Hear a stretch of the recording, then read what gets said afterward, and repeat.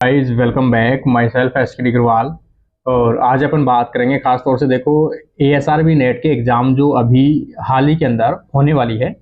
जो सभी स्टूडेंट्स खास तौर से जो भी एग्रीकल्चर बायोटेक से बिलोंग करते हैं या इस डिसिप्लिन के अंदर आप लोगों ने भरा होगा फॉर्म कि जो एग्रीकल्चर बायोटेक्नोलॉजी है 01 डिसिप्लिन मतलब फर्स्ट। तो उसमें खास तौर से अपन बात करेंगे कि आज बायोटेक से रिलेटेड जो भी क्वेश्चन है, ठीक है, थोड़ा गेट बंद कर दो। ठीक है, बायोटेक से रिलेटेड जो भी क्वेश्चंस हैं उनके बारे में आज अपन बात करेंगे कि हो सकता है कुछ क्वेश्चंस अपन डिस्कस करेंगे डेली ताकि आपको बेनिफिट हो सके। ठीक है, इसी के साथ आज अपन फर्स्ट क्वेश्चन लेके आए हैं। देखो first question, the enzyme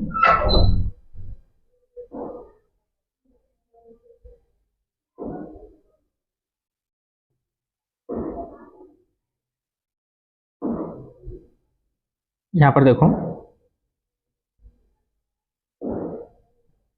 the enzyme that joined the DNA strand during the construction of recombinant DNA. देखो, रिकॉम्बिनेंट डीएनए के दौरान जो दो डीएनए के फ्रेगमेंट्स हैं उनको जोड़ने के लिए कौन सा एंजाइम यूज में आता है, तो यहाँ पर ऑप्शन दिया गया है। देखो, एक तो लाइपेज दिया गया है, एक डीएनए गायरेज दिया गया है, और एक पॉलीमरेज दिया गया है, और एक लाइगेज दिया गया। अपन जानते भी हैं जो डीएनए लाइगेज है वो किसी भी दो डीएनए के स्ट्रैंड को जोड़ने के लिए क्या होता है, रेस्पॉन्सिबल होता है, जो रिकॉम्बिनेशन में यूज में आता है। सेकंड क्वेश्चन अपन देखते हैं, the technique use to amplify specific DNA sequence.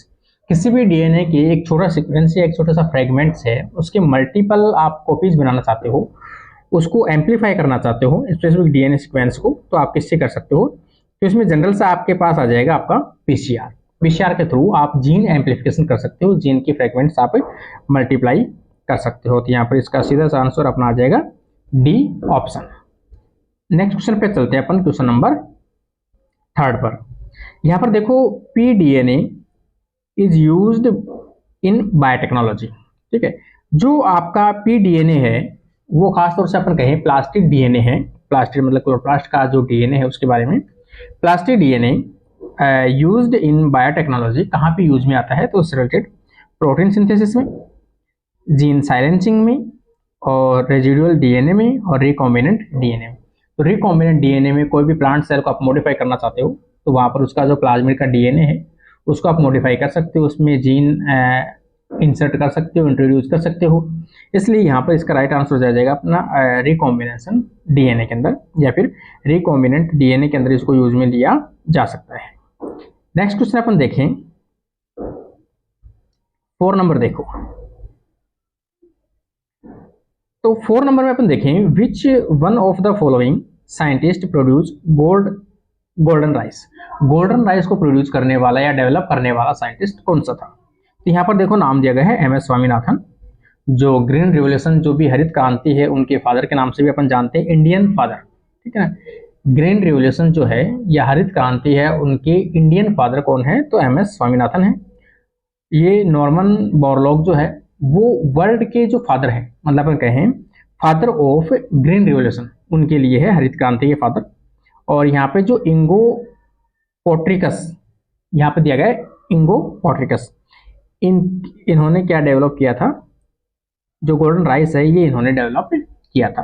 क्योंकि अपन जानते हैं जो बारबरा का MC ये है, MC क्लिंटॉक, ये इन्होंने जो जंपिंग जीन है या फिर अपन कहें जो ट्रांसपोजेबल एलिमेंट्स मेज के अंदर AC और DS एलिमेंट उनकी डिस्कवरी की थी। तो यहाँ पर गोल्डन राइस किसने डेवलप किया है, तो यहाँ पर इंगो पोट्रिकस ने डेवलप किया था। नेक्स्ट क्वेश्चन अपन देखते हैं यहाँ पर, मैच लिस्ट फर्स्ट डिस्कवरी, मतलब एक तो डिस्कवरी किसी चीज की, लिस्ट सेकंड साइंटिस्ट, कौन से ऐसे साइंटिस्ट जिन्होंने कौन सी डिस्कवरी की थी, ये उनको क्या करना, अपने को मैच करना है। देखो, पहला अपना दिया है ब्रेकिंग ऑफ जेनेटिक कोड, ठीक है। सेकंड दिया गया सिंथेसिस ऑफ आर्टिफिशियल जीन। अगर आर्टिफिशियल जीन का भी आपको याद है कि खुराना ने इन्होंने आर्टिफिशियल जीन का सिंथेसिस किया था, तो आप मैच कर सकते हो। DNA and DNA RNA hybridisation in situ। एक है फिनोमिना ऑफ ट्रांसडक्शन। तो ये ऑप्शंस आप देखकर आप इसको मैच कर सकते हो। तो यहाँ पर ऑप्शन में अपन देखें, देखो ये एक तो ये देखो भैया आप इसमें कि आर्टिफिशियल जीन सिंथेसिस एक तो, इसको देख लो कि आपको कहाँ पे मिलता है, ये बी ऑप्शन कहाँ पे मिलता है। ठीक है, यहां पर अपन देखें बी ऑप्शन। ठीक है, बी ऑप्शन देखते हैं कि जो बी ऑप्शन है वो कहाँ पे मिलता है। तो यहाँ पर देखिए बी में 4, बी में 4 जो है वो देखने को मिल रहा है अपने को दो जगह पे। ठीक है, एक तो यहाँ पे देखने को मिल रहा है और एक यहाँ पे देखने को मिल रहा है। अब अपन बात करते हैं कि इन्होंने ट्रांसडक्शन की डिस्कवरी किसने की। तो ट्रांसडक्शन की जो किसने की थी, जेंडर एंड लेडरबर्ग। ठीक है, जेंडर एंड लेडरबर्ग ने की थी। तो यहाँ पर ये आ जाएगा। इसका अकॉर्डिंग इसका जो ऑप्शन है अपन देख लें, यहाँ पर वापस से एक बार देखो आप, सिंथेसिस ऑफ खुराना आ गया, जेनेटिक कोड, आर्टिफिशियल जीन आ गया और खुराना आ गया। मतलब डी के अंदर आपको देखना है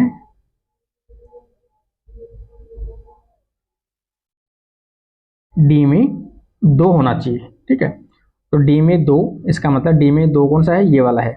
इसका मतलब सीधा सा इसका राइट आंसर जो है वो कौन सा आ जाएगा, अपना सी आ जाएगा। तो ये आप इसको मैच करके आप इसको देख सकते हो।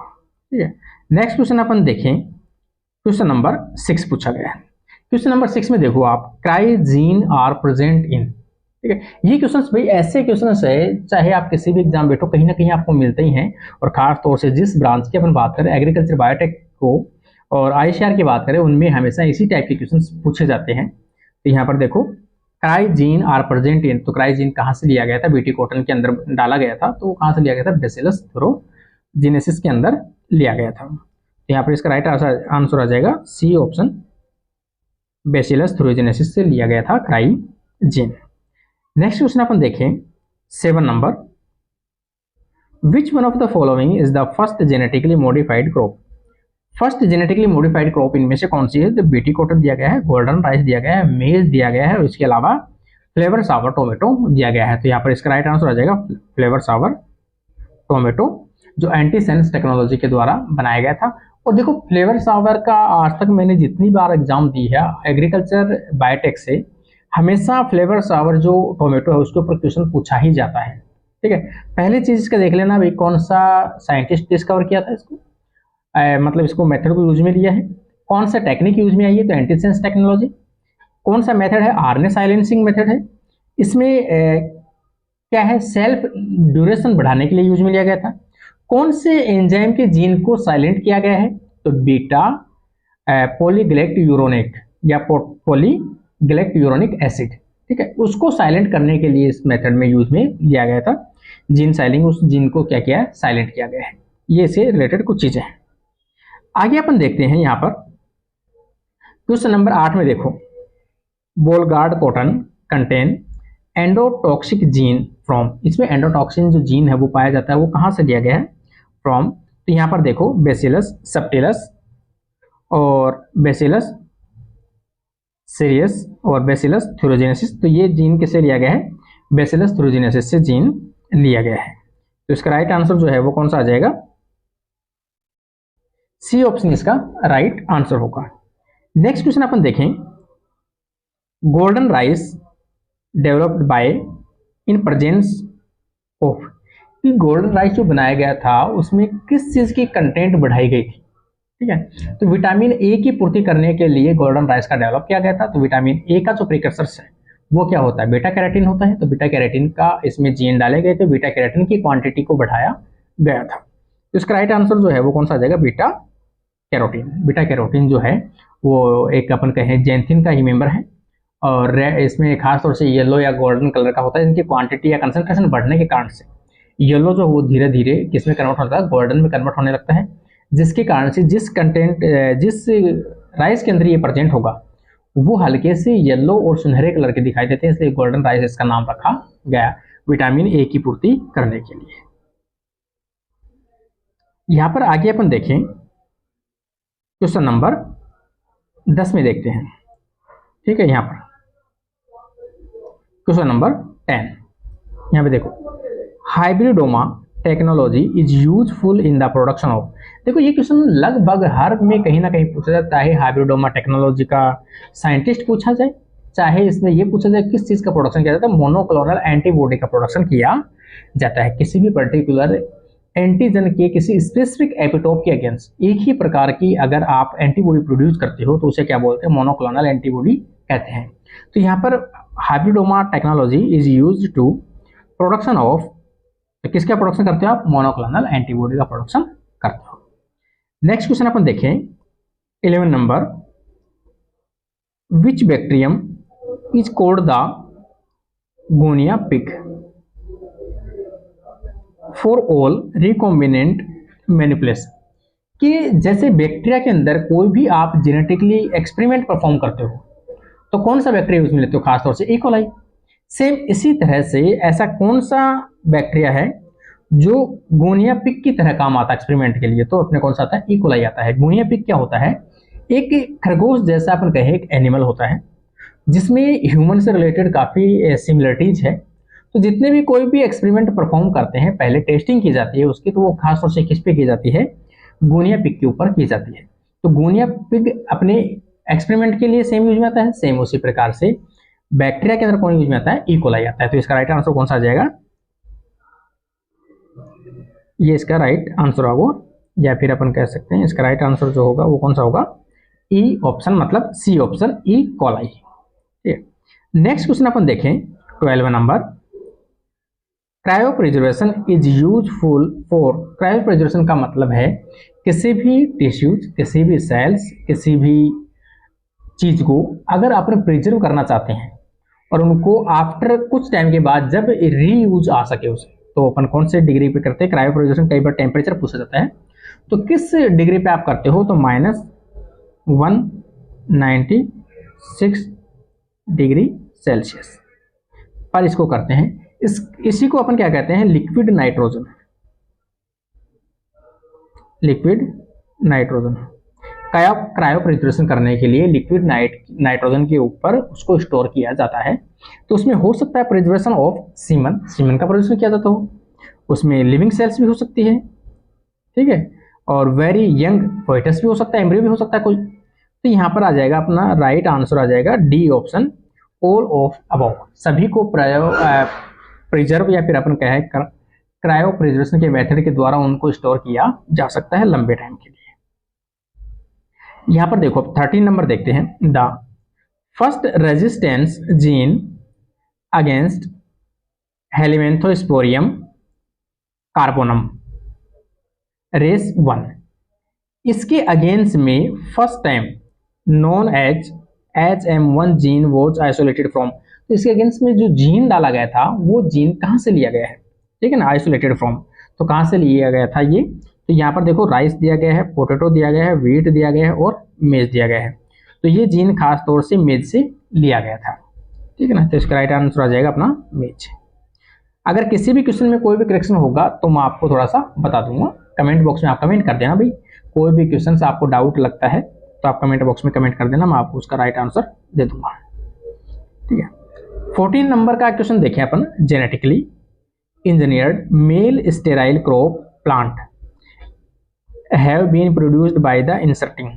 देखो पहली बात तो मेल स्टेराइल किसे कहते हैं, कि जिसमें मेल के जो गैमेट होते हैं वो फर्टाइल करने में सक्षम नहीं होते हैं, मतलब फर्टिलाइजेशन करने में सक्षम नहीं होते हैं, तो उन्हें अपन क्या बोलते हैं, स्टेराइल मेल बोलते हैं। स्टेराइल फीमेल फर्टाइल मतलब वो बोल सकते हैं, गैमेट्स बोल सकते हैं, ठीक है। तो यहाँ पर प्लांट्स की बात करें, इसका मतलब जो स्पोरेंजियम होता है, माइक्रोस्पोरेंजियम होता है, उनके अंदर जब टेपिटम की लेयर पाई जाती है, अगर टेपिटम की लेयर ना हो तो टेपिटम की जो लेयर होती है, यहाँ पर अपन देखें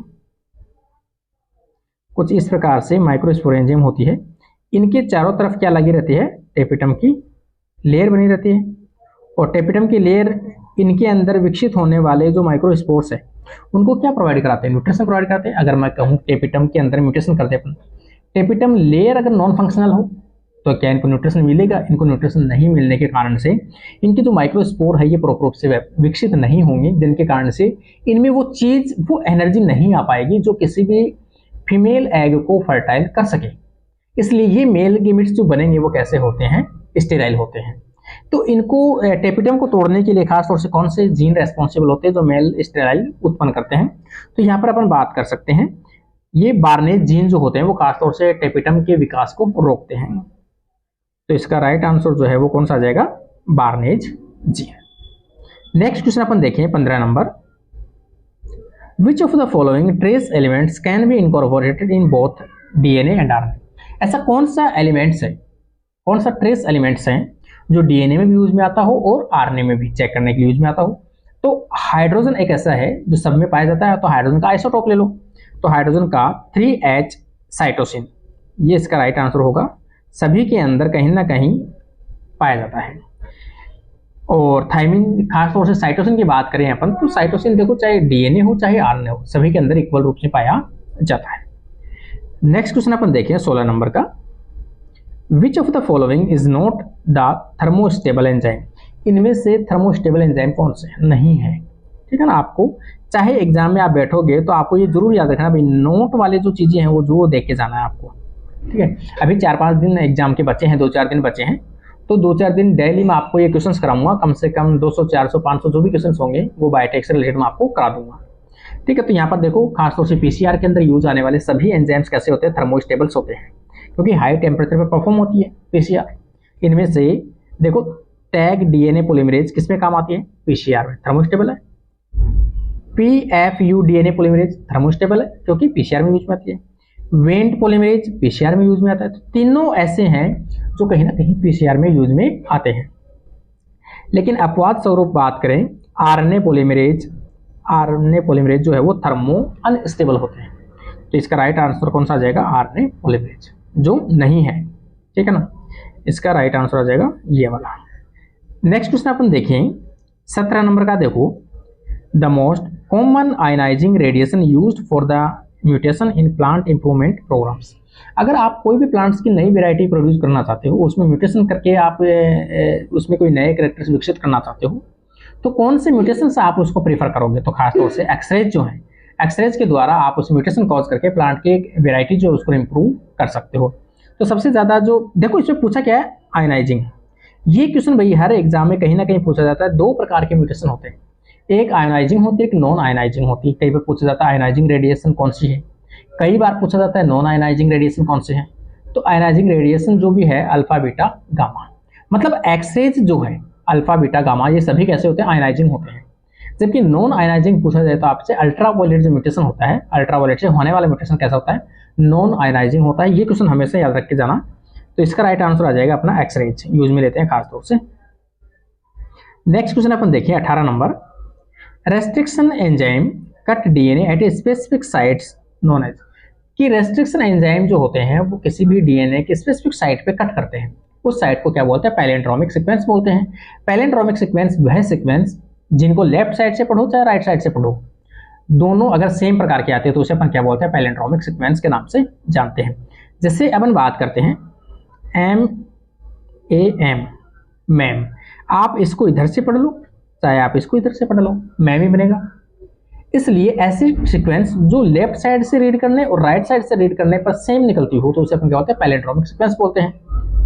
तो यहाँ पर पैलेंड्रोमिक सीक्वेंस के रूप में यूज में आती है, तो इसे क्या बोलते हैं, पैलेंड्रोमिक सब सीक्वेंस। तो इसका राइट आंसर आ जाएगा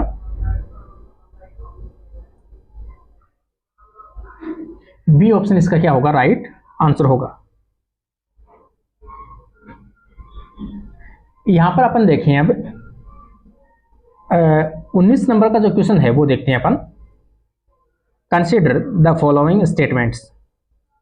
इनमें से कुछ स्टेटमेंट्स दिए गए हैं, आपको इन स्टेटमेंट्स पढ़ने और आपको उनके ऑप्शंस देने हैं। Agrobacterium tumefaciens is not soil bacteria, मतलब ये सोइल बैक्टीरिया है। तो ये तो राइट है क्योंकि एग्रोबैक्टीरियम ट्यूमरफेसियंस क्या होता है, सोइल बैक्टीरिया होता है। Agrobacterium tumefaciens was first bacteria used to introduce foreign DNA in plant cells. Plant cells में फर्स्ट टाइम डीएनए को ट्रांसफर करने के लिए कौन सा यूज में लिया गया है, तो एग्रोबैक्टीरियम ट्यूमरफेसियंस को यूज में लिया गया था। आगे अपन देखिए, which of the following are above are correct. इनमें से कौन सा करेक्ट है, तो दोनों ही करेक्ट है, ठीक है। तो यहाँ पर दोनों करेक्ट है, ए और बी। तो इसका राइट आंसर जो आ जाएगा वो अपना सी ऑप्शन आ जाएगा भाई, both A and second, first and second है। 20 नंबर का क्वेश्चन अपन देखें, TI plasmid use in genetic engineering is obtained from, ठीक है। TI plasmid used in genetic engineering is obtain from. TI plasmid कहाँ से प्राप्त होता है? सीधी सी बात है, बैक्टीरियम से। कौन सा बैक्टीरियम? एग्रोबैक्टीरियम। ठीक है, कौन सा? एग्रोबैक्टीरियम टुमिफेसिएंस। देखो एग्रोबैक्टीरियम टुमिफेसिएंस पढ़ के जाना भैया। एग्रीकल्चर बायोटेक के अंदर खासतौर से जो भी स्टूडेंट्स बैठ रहे हैं, अपियरिंग हो रहे हैं, तो वो एग्रोबैक्टीरियम को जरूर पढ़ के जाना। इससे हमेशा क्वेश्चन पूछे जाते हैं, कम से कम 2 क्वेश्चन। तो इसका राइट आंसर आ जाएगा एग्रोबैक्टीरियम टुमिफेसिएंस, ये इसका राइट आंसर होगा।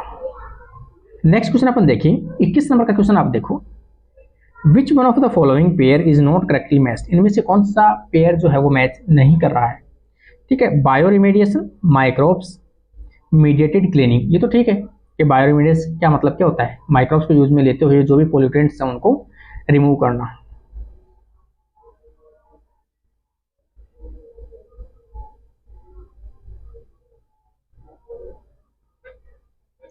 यहां पर देखो भाई, आगे देखो, इसमें सॉर्दर्न ब्लॉटिंग डीएनए हाइब्रिडेशन के लिए यूज में आती है, ठीक है, ये भी ठीक है।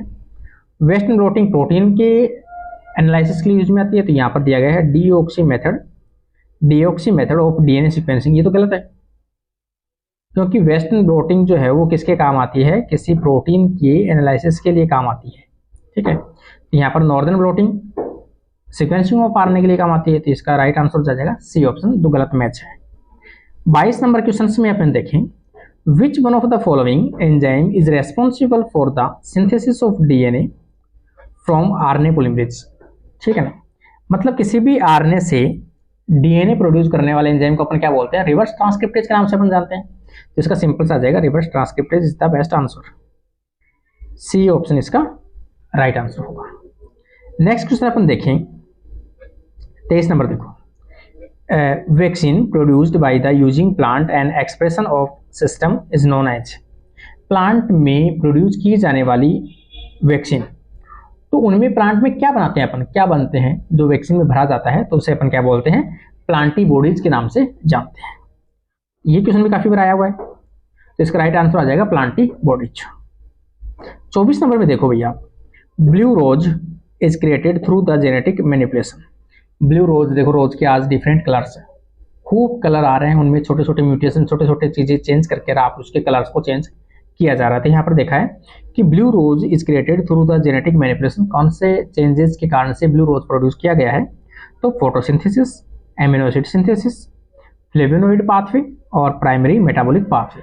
तो ब्लू रोज जो है वो खासतौर से प्राइमरी मेटाबॉलिक जो पाथवे है उनके अंदर चेंज करने के कारण से बनाया गया है। तो इसका राइट आंसर कौन सा आ जाएगा? डी ऑप्शन आ जाएगा। नेक्स्ट क्वेश्चन अपन देखें, रिनेट इज यूज्ड। रिनेट खासतौर से देखो आज के टाइम पे ज़्यादा यूज में आ रहा है, जो चीज़ या मिल्क का जो प्रोडक्शन है उनसे बनने वाले जो प्रोडक्ट है उनके अंदर यूज में आता है। तो यहाँ पर देखो, bread making, fermentation, antibiotic synthesis और इसमें दिया है चीज़ मेकिंग। यहाँ पर मिल्क का जो प्रोडक्ट है वो कौन सा है? चीज़ मेकिंग। तो इसका राइट आंसर जो आ जाएगा वो आ जाएगा चीज़ मेकिंग के अंदर यूज में आता है। तो आज की अपनी जो क्वेश्चन है खासतौर से 25 क्वेश्चन जो है वो मैंने सॉल्व कराए हैं। कल सुबह आपको 25 क्वेश्चन और मिल जाएंगे।